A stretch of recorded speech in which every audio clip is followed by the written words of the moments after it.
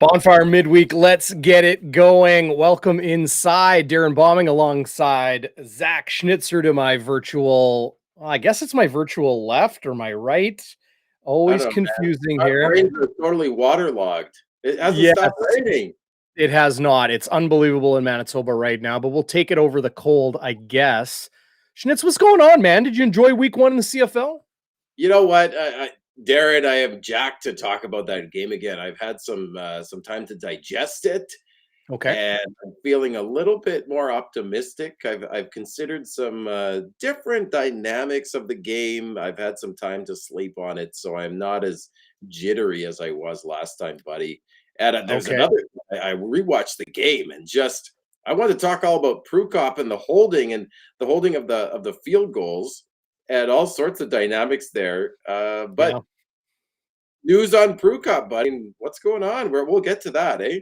Yeah, well, yeah, we will get to that. Lots to get to on the show today. We're going to take a quick spin around the Canadian Football League. A pretty fun week one for the most part. We'll obviously break down the Winnipeg Blue Bombers' 1917 win at home against the Ottawa RedBlacks. How lucky were they? That's what I put on the thumbnail for this YouTube video. We'll talk about that, some of their fortunes, some of their misfortunes, and obviously a rematch coming up this Friday night. Don't miss the pregame show. Chris Walby and yours truly coming up Thursday, right around 3 o'clock, coming out of Winnipeg Sports Talk. We're going to look ahead to everything in the CFL week two.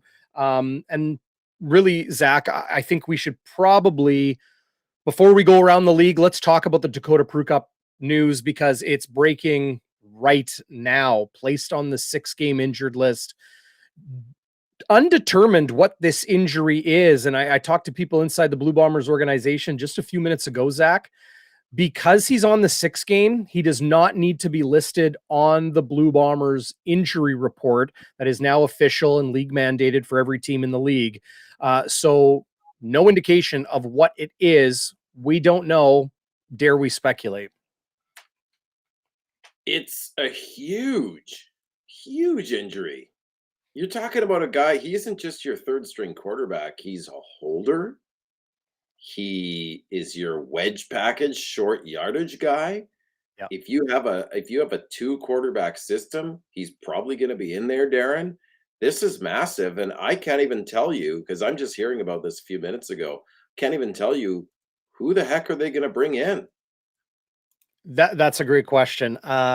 As of right now, I think they're going to go with the horses that they have. We know Drew Brown is the effective number 2 quarterback in Winnipeg. So you lose Dakota Prukop for a stretch of time here. We don't know. Like, if he's placed on the 6-game, it does not mean he will miss 6 games. It means he will miss roughly 6 games or 6 weeks. What do the Blue Bombers have? They don't have a bye for a good stretch of time here. So it could be 4, and then he could come back. They can activate him early off of that. I do believe league rule is still you're only allowed to do that twice per season. Activate a player off the 6-game early. The benefit of the 6-game, of course, is salary and not counting against your cap. So if you're going to be without a guy for a long period of time, you get that salary relief if he's on the 6-game, but he has to miss at least 4 games and cannot practice for 4 weeks minimum. So we saw Dakota Prukop at practice today. The Blue Bombers, bit of a hybrid practice, went inside while it was absolutely cats and dogs outside.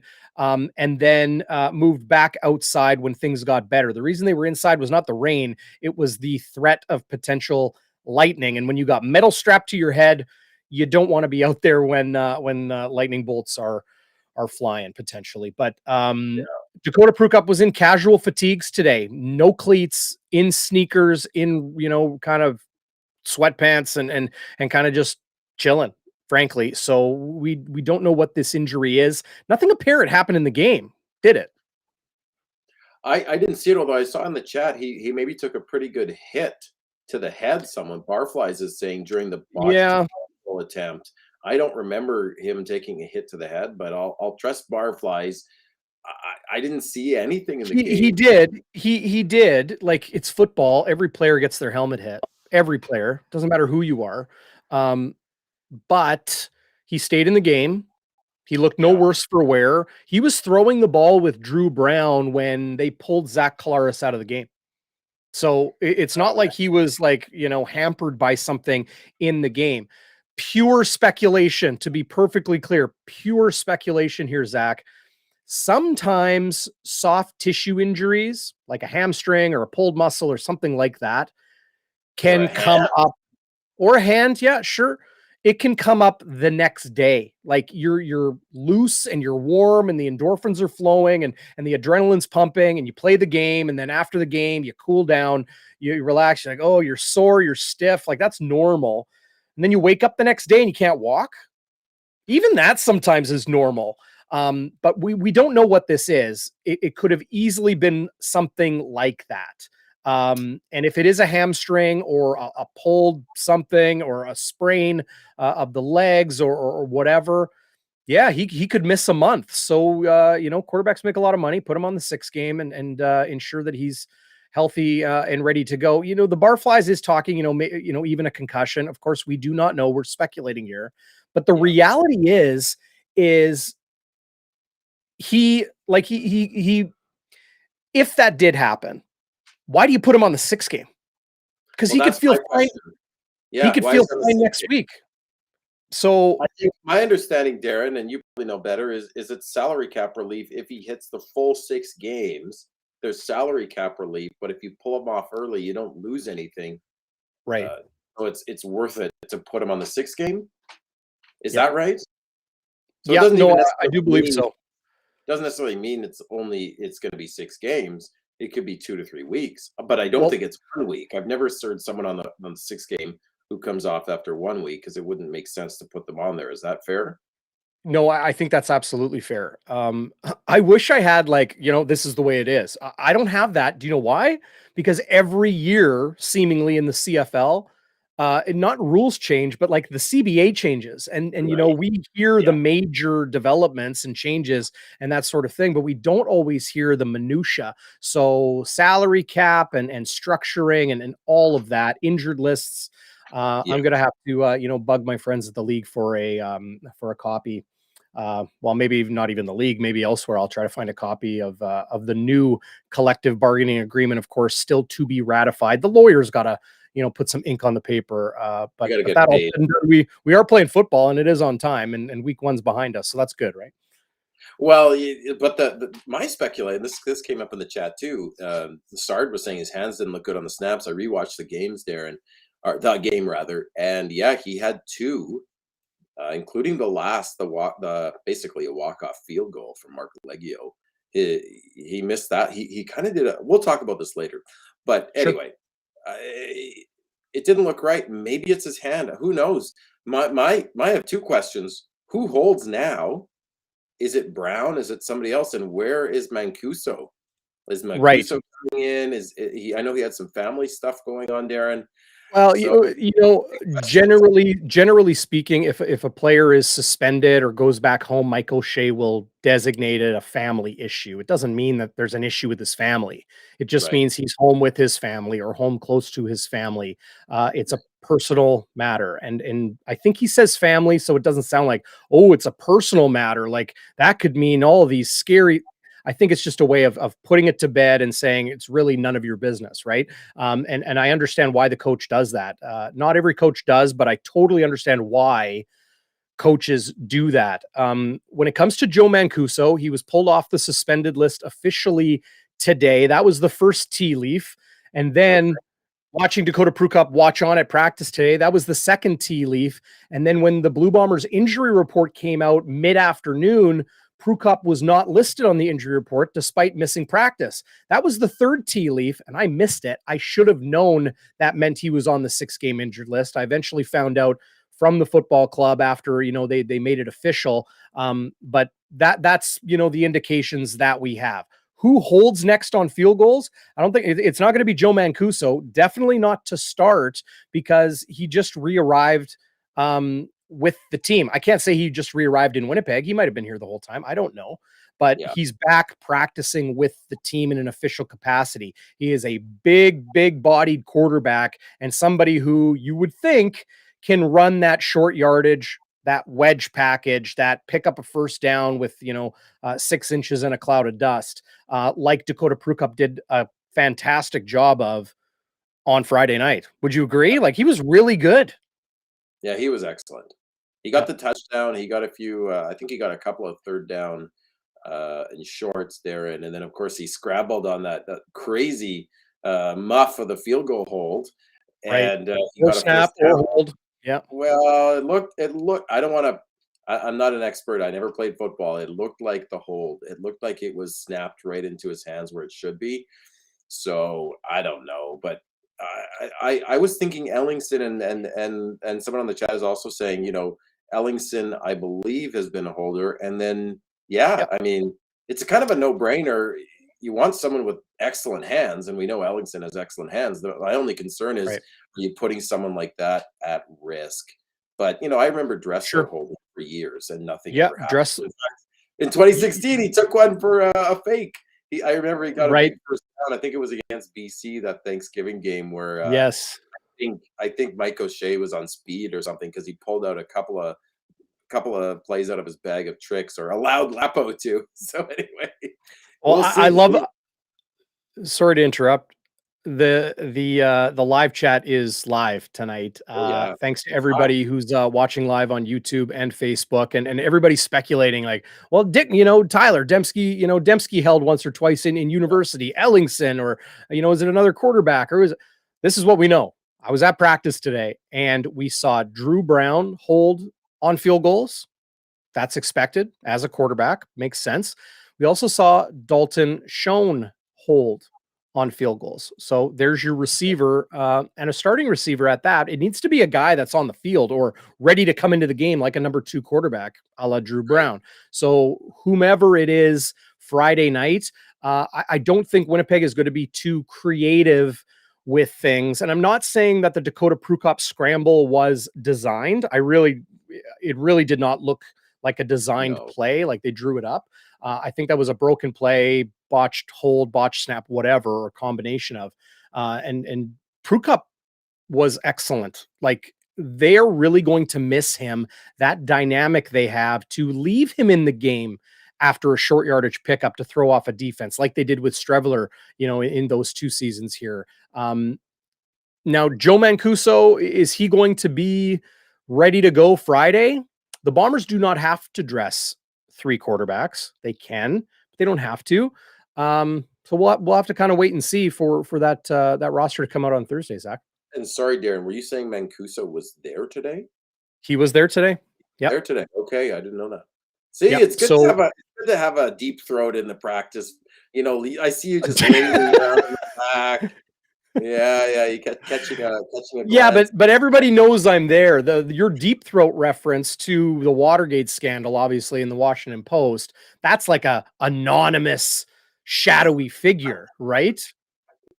I'm not deep throat. I'm more likely. Well, I'm definitely not. One of those reporters from the WAPO, but I'm much more like one of those than a shadowy source, an unknown figure. Well, you're a shadowy source compared to me with my shadowy something. Great lights here. CJ is saying, chill, Zach. It's not Bonfire After Dark. Okay. Right. We have fun daylight hours too. That's the truth. Oh, we do. We do want to go around the league. I was going to say something, but it left my brain really quickly. Speaking of Watergate, one day I'll have to tell you about Schnitzergate. I guess so. It's a funny story, Schnitzergate, and it does involve a gate. Oh, but well, you do live in River Heights, so it probably involves a gate, right? There's a lot of gates in River Heights. Did I just give something away you didn't want out there? Like, oh man, everyone knows I live in. It's a big neighborhood. You're not going to find them. Well, now everybody knows I have a gate too. It's not hard to find. Well, I was over at I was standing in front of your gate with you and your daughter the other day, and what did we see drive by, or who we saw drive by? Oh yeah, the big C. Yeah, Blake Wheeler. Maybe don't mention the fancy car he was driving, but man, oh man, No, I won't talk about it was that. nice. And it's like, oh yeah, there's the captain. There's Blake Wheeler. I'm guessing his kids are finishing up school here in Winnipeg before he heads back down to Minnesota for the summer, presumably.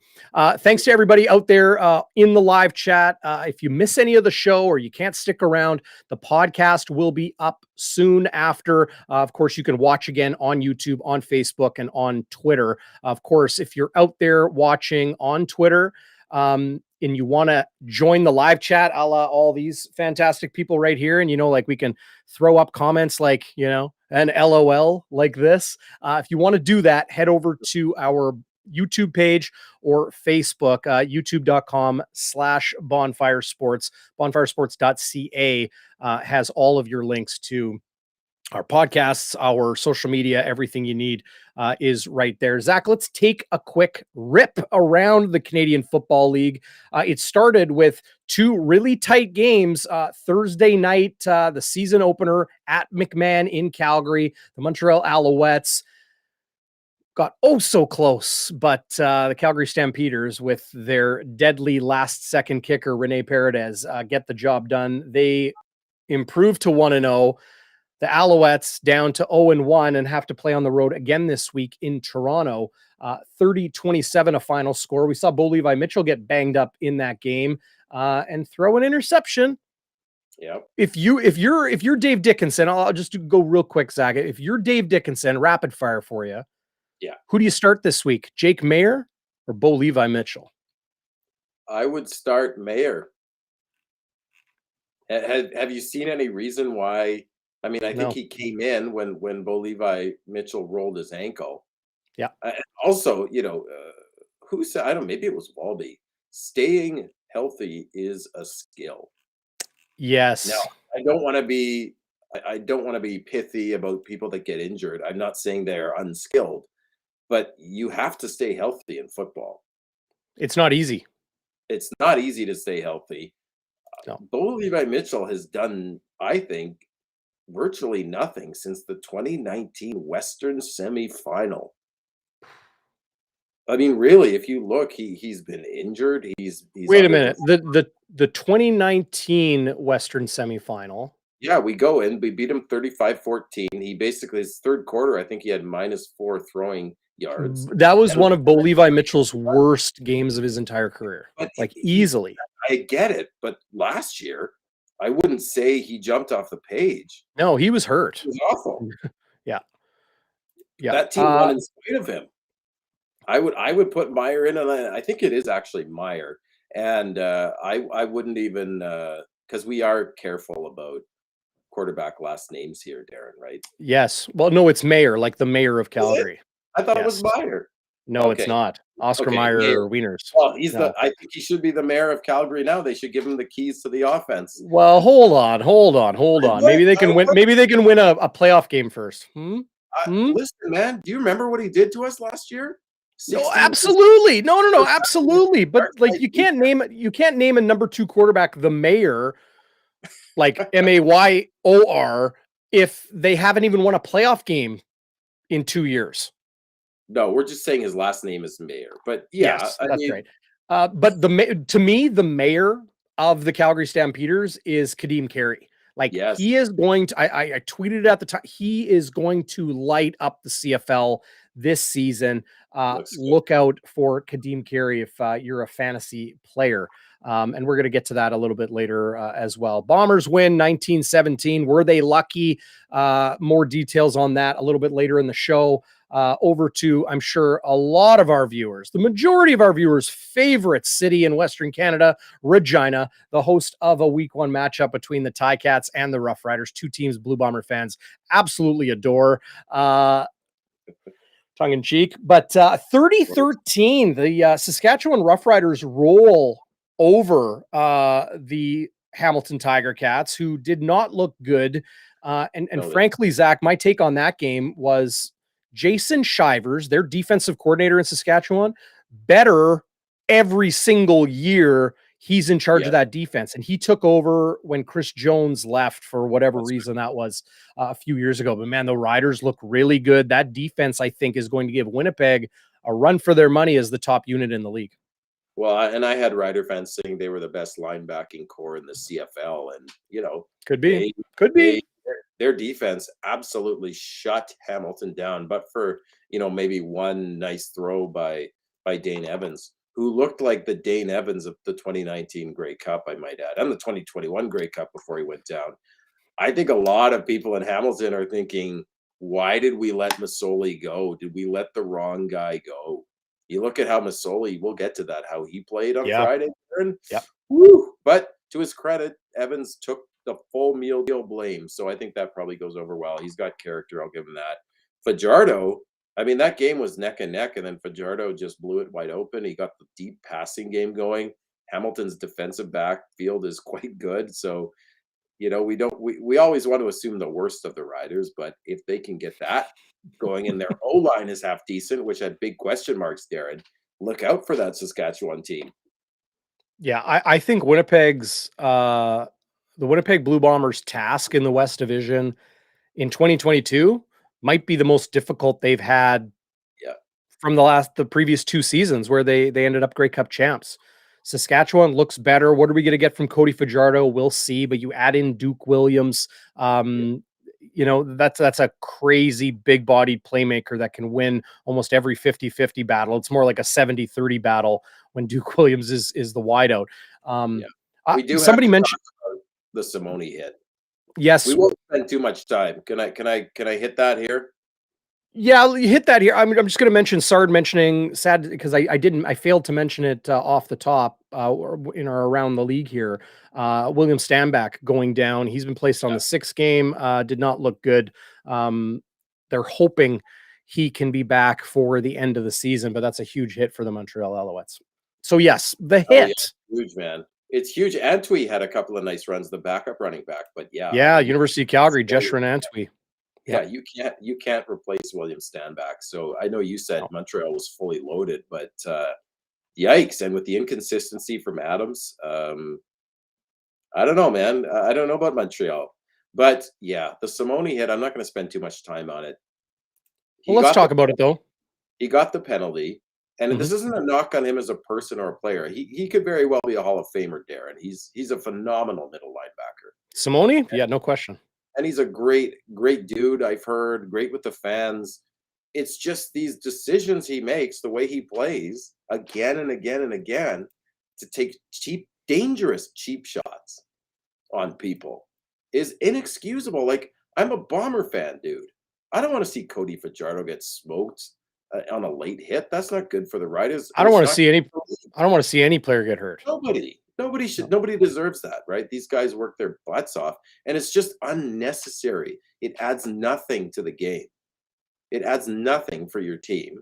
It takes the attention away from the positive aspects, and he's done it again and again and again. And you can't just ding his wallet. It doesn't send the message to him. I think he has to get suspended. And then the team is gonna lose games if he gets suspended because he's an absolute all-star. But he's also a thug. Like he's committing crimes on the field. I'm sick of it. That's all I'm gonna say. I'm sick of it.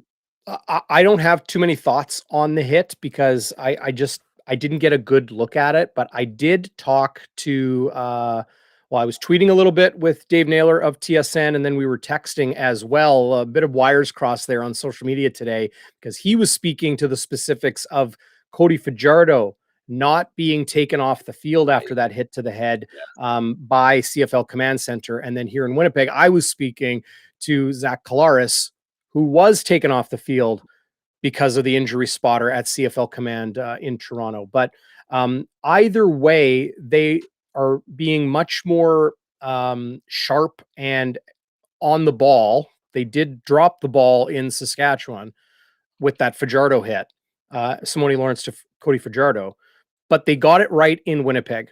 And the hit was Evans, I believe, in Randall Evans in the Ottawa RedBlacks secondary. Zach Collaros went head first. So he is fair game to be hit. If it's targeting the head, it's a penalty. If it's obviously unnecessary roughness and worthy of that, it's a penalty. There was nothing, in my opinion, glaringly wrong with the hit, Randall Evans, and I think it was the linebacker too, Griffin, number 28, pardon me. That's Frankie Griffin, the weak side linebacker. He and Randall Evans kind of met Zach Collaros at the same time. I have no problem with the hit. I really don't. I think the harder part of that collision for Zach Collaros was not the shoulder pad or the arm to his helmet. It was his helmet to the turf. As somebody who played a little bit of football, I don't know much, but I do know that when your helmet hits the turf like that, it is painful. It hurts. It's the same way when your elbow hits the turf, or like you ever fall on concrete and you just like the tip of your elbow goes into the concrete. You're going to feel it. And it doesn't matter if you're wearing a helmet or not. That turf is harder than a shoulder, than a forearm or a bicep or whatever. It's going to hurt. Zach Collaros did not look injured, but now the Canadian Football League is doing things such as looking for signs of distress. Collaros didn't like it today. Head over to our Instagram, bonfire.sports, and check out our story. I think I have it in my Twitter as well in a reply to Dave Naylor today. But Zach, this is the thing. If the player, adjusts their helmet or touches their helmet or their face mask, that can be considered a sign of distress after a headshot. So they felt it necessary to take Zach Collaros off the field. I have no issue with that either. I have no issue with really anything in that game, even the Dalton Schoen hit, which we can touch on a little bit later. I don't even have a problem with that one. I really don't. But it's good that they're working to protect quarterbacks. You could hear it in Zach Collaros' voice today. It's like it's the CFL. They historically, and I'm not putting words in Zach Collaros' mouth, but historically in the CFL, they maybe haven't done a good enough job protecting quarterbacks and protecting shots to the head. They've been trying to get better and better over the last number of years. I think they're getting there. The example of Simone Lawrence on Cody Fajardo, you can talk about Simone and his history and everything, but you can talk about that situation where Fajardo was not taken off the field, and you can say the CFL still has work to do. But I like the way everything went in Winnipeg. And of course, from a Blue Bombers fan perspective, Zach, like yours, more digestible when Collaros is okay and he's ready to go day one of practice and is not injured and is healthy. And Drew Brown comes in, lights it up, and the Blue Bombers win. Yeah. I have a question about, we'll get to that, but one thing I've got thinking about was the way that Ottawa was playing our offense, Darren. We'll get to this when we break down the game a bit more in a bit. Does Zach Collaros lead us to victory in that game if he doesn't get taken out? That's what I wonder. That's what I wonder. But anyway, we'll quickly say the BC lineup, the Edmonton, they feasted an elk in the Lions. Awesome crowd, awesome concert. Everything was going the BC Lions' way. On Saturday night, they absolutely throttled them 59-15. And BC Lions swept the CFL top performers for week one. Work number one. Butler with his third 2 interception of his illustrious CFL career as a halfback. Number 3. Some stream. So if you lose us, refresh, come back. We're not going anywhere, guys. But Lions, I don't know if it would have been as bad as I'm still not sold on the BC Lions. They like what they have. They've got great things happening. It looks good. But Zach, if Edmonton Elks could have tackled, would have had maybe no rushing